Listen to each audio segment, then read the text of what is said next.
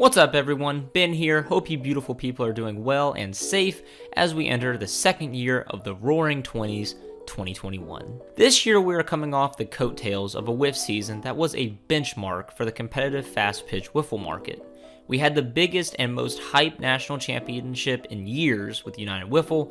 MAW had an amazing season and cemented itself in my eyes as the king of fast pitch wiffle ball in the Northeast. And speaking of regions, we also saw a coming together of Midwest, East Coast, and West Coast in terms of style, play, and cross-play in both regions. All of these factors combined to make 2020 a year to remember for the Whiffs community. That all being said, it gives Whiffs fans and players alike a lot to look forward to this season, as there is such a great base to build on. To that end, Mid-Atlantic Wiffle Ball looks more locked and loaded than ever to give the Whiffs community the most thrilling summer of Whiffs that we have seen in a while. With the league beginning to announce free agent signings, as well as team captains announcing their full rosters, I figure it's time I throw my hat into the ring and discuss my power rankings for the 2021 MAW season. In 2020, MAW had 22 teams compete in tournaments throughout the season. This number is expected to increase in 2021. However, not all these teams may play a full season, and we also don't know the full number of squads that will sign up in the end. That being said, we do have about a 90% grasp of the competition we will see in the league this year. For the sake of today's rankings not taking 5 hours, instead of going through every single team from last year, I'm going to rank out of all the teams registered thus far and pick my top 5 to win it all this season. I will also be covering subsequent teams in later videos as well as on my Twitter as we approach opening day. So if you want to keep up with that content, you can subscribe to Wiffle Statement here on YouTube and also follow me on Twitter at Wiffle Statement. And now let's get into my top 5 preseason power ranking teams for MAW 2021.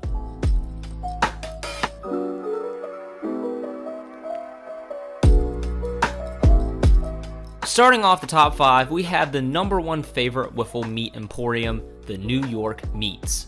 The Meats are an interesting case to me.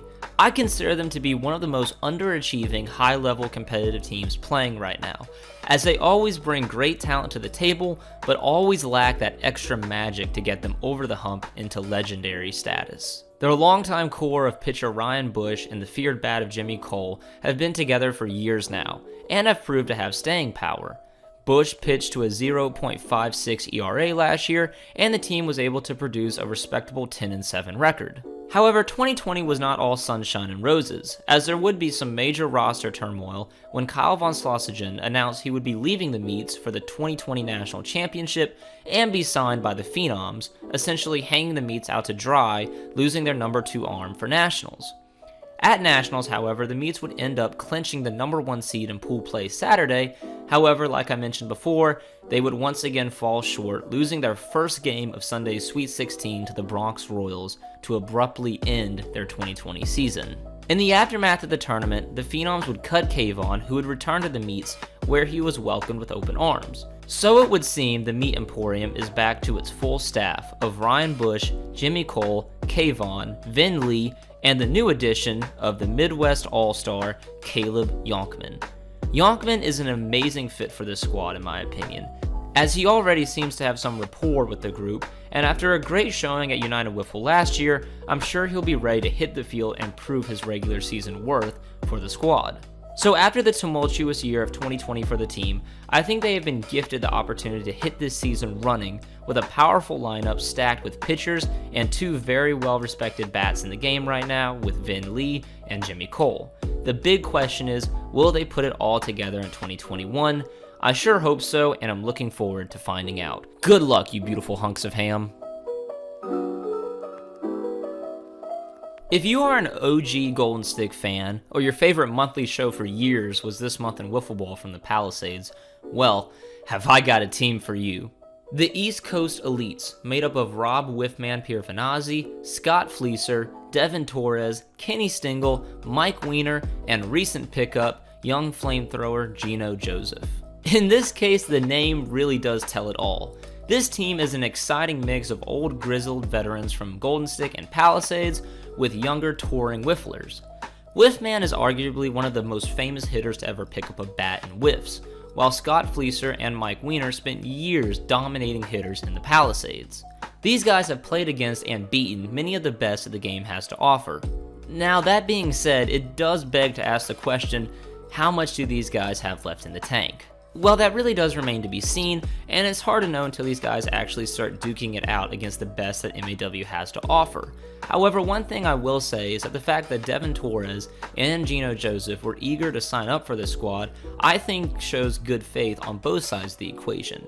Because even if Weiner or Scott don't have the arms that they used to, well, you still have Gino and Devin to pick up the slack, and that is nothing short of spectacular if you're a team captain. And I would regret if I didn't mention Kenny Stingle, who showed last year that besides being a solid bat and fielder, he would also be a valuable pitching asset, particularly in pool play. So while there are still a lot of unknowns with this team, I think it will still be an interesting one to watch and has the potential to show how dominant some of these veteran players can be when transferring to different leagues/styles of play. And who knows, maybe Fleeser can finally get that championship that the Mariners just never seem to be able to get.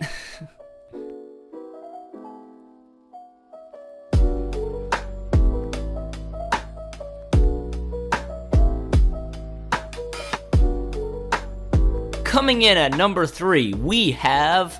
My name is Earl.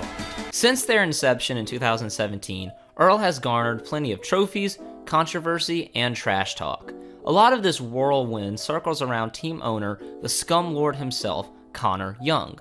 Whether he is trash talking on Twitter, screaming at opposing teams on the field, or dropping and signing players at a rate that would make Jeff Bridish's head spin, Connor has made a place for himself as an unorthodox but successful team owner in MAW. Earl has won back-to-back titles in 2019 and 2020 and has been one of the league's flagship franchises thus far. However, Earl enters 2021 after a massive crossroads, in which star players Jordan Robles and Devin Torres left the team on a shaky, albeit cordial terms. Both of these players were integral parts of Earl's style of play, from the plate and the rubber, and I think that there's an argument to be made that Robles is currently the biggest gamer in MAW right now. Jordan has won the last 3 season titles in Mid-Atlantic, 2018 with the Stompers, and 2019 and 2020 with Earl. Last season, he finished top 5 in innings pitched, batting average, on-base percentage, and ERA. Bottom line is, Jordan is a one-man wrecking crew who has won the MAW title 3 years running, and if he makes it a 4th in 2021, it will not be with Earl. Now, in making this decision to cut ties, Connor has also decided to reach back into Earl's roster catalog for replacements. Replacing Torres and Robles will be Dan Whitener and Johnny Whiffs Costa, 2 of the hottest whifflers in the country right now. Whitener is just coming off of a remarkable season that led him to being voted number 1 whiffs player in the country by the Drop 2020 list. Meanwhile, Johnny Whiffs is coming into 2021 defending the national championship that he won with the usual suspects. Now, trading duo for duo, which is truly better? Well, I think I know which one I would pick personally, but my opinion doesn't really matter in this case, and to be honest, there really isn't a wrong choice here per se. Earl fans are getting the number 1 pitcher in the country from last year, and the sexiest man currently in the game with Johnny Whiffs. As for Whitener, I think it will be a massive release for him, having other talented pitchers to be able to pick up the slack, as last year he basically carried all the pitching duties for POC. How Whitener will be able to ease back from a ride my arm till it falls off type pitcher to a late turning ace remains to be seen. However, what we do know is that he will have arguably the best hitter in the country giving him run support with Kenny Rogers Jr. Jr. is coming into 2021 after a season hitting .323 with a .425 on base percentage and a .645 slugging percentage. Simply put, Kenny by himself will be enough to keep Earl in the fight with his bat, and with the tandem of talent that is the rest of the squad, Earl is definitely going to be a contender this season. In saying that, some people might be upset with me putting them in the middle of the pack on this list, so be it, but I don't really consider it to be a knock on Earl, but just a testament to how spectacular of a squad number 1 and number 2 are. And then, just really how much talent MAW has overall right now in the 2021 Wiffle Ball market.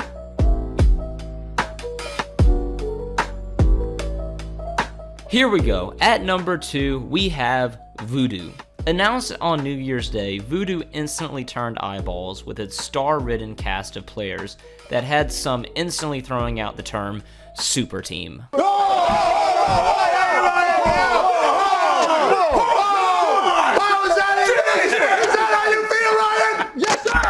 Not even going to get into that debate here, but yes, this squad is stacked from top to bottom. Just listen. You got Jordan Robles, David Road Toast Wood, Sean Steffi, Dan Haverty, and Ed Packer.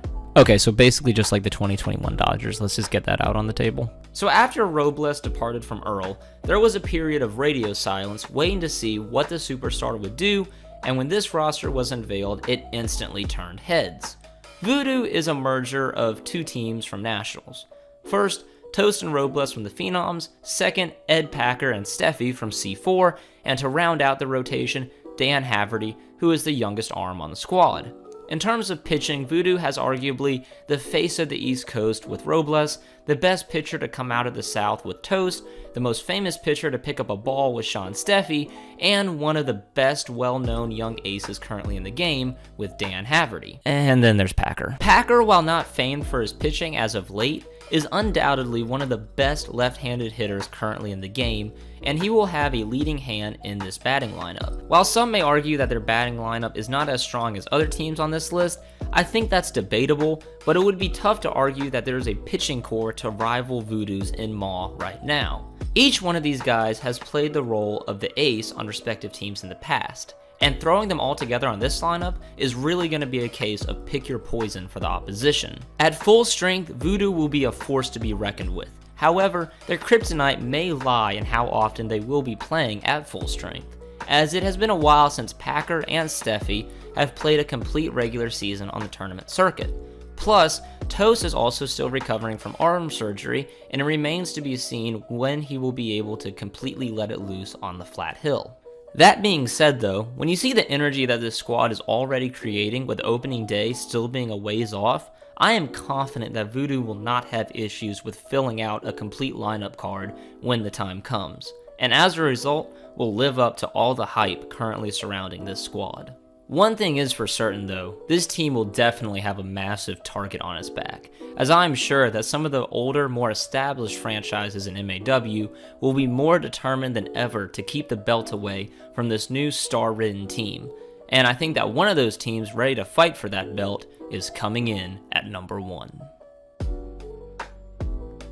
And the Wiffle Statement number 1 spot for the MAW preseason power rankings goes to the Juggernauts. The Jugs live in a constant state of highs and lows. They have won back-to-back regular season championships in MAW in 2019 and 2020, but they have never made it over the hump in the championship tournament to win it all.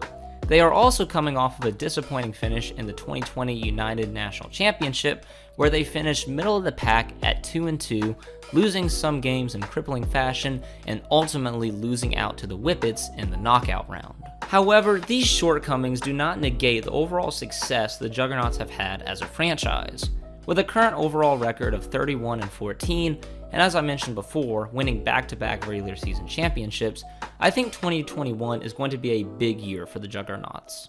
They have only made one roster change this year, but it is a big one. The 2020 squad of Red Sarnowski, Tim and Ryan McGilrath, and Ben Stant is returning, but they have also added Brian DiNapoli. DNAP is, in my opinion, in the top 5 best two-way players currently in the game, and he has maintained this high level of play for over a decade now. He has a level of experience and steadiness to the Juggernauts franchise that I think will be a perfect fit. That aside, he is also a former national champion and a 2020 runner-up. He has a mentality of winning and will be bringing that with him to the Juggernauts. While it is still up in the air how many events he will be attending, rest assured, when he is in their lineup, he is going to be an absolute game changer. He will also be the second lefty bat in the lineup, joining Ben Stant, who is coming off of a season where he finished in second place in hits and batting average. From the pitching side, the Juggernauts will still have the twin tandem that is the McGilrath brothers, and the winner of the lowest ERA from 2020 with Red Sarnowski. From top to bottom, this team can rake, they can dominate on defense, and I believe in 2021, they will be able to wrap this all up into a powerful formula, leading them to a league championship. I'm not saying it will be easy, as a competition in MAW is currently second to none, but as of now, for my preseason power rankings, my number one spot is going to the Juggernauts.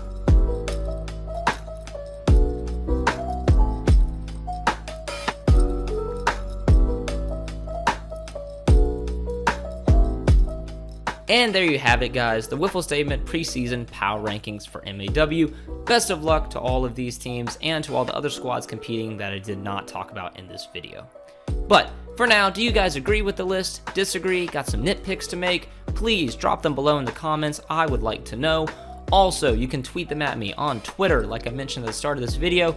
My Twitter is @WiffleStatement. Be sure to follow me there as well. I will definitely be very active as this season starts to get underway. That will do it for this video. Hope you guys did enjoy it. If you did and you'd like to keep up with MAW more, I've linked their website and social media down below. Be sure to give them a follow so you can keep up with all the action alongside myself. Thank you so much for watching this video. Get out there and play some Wiff, and I will be talking to you guys soon. Goodbye.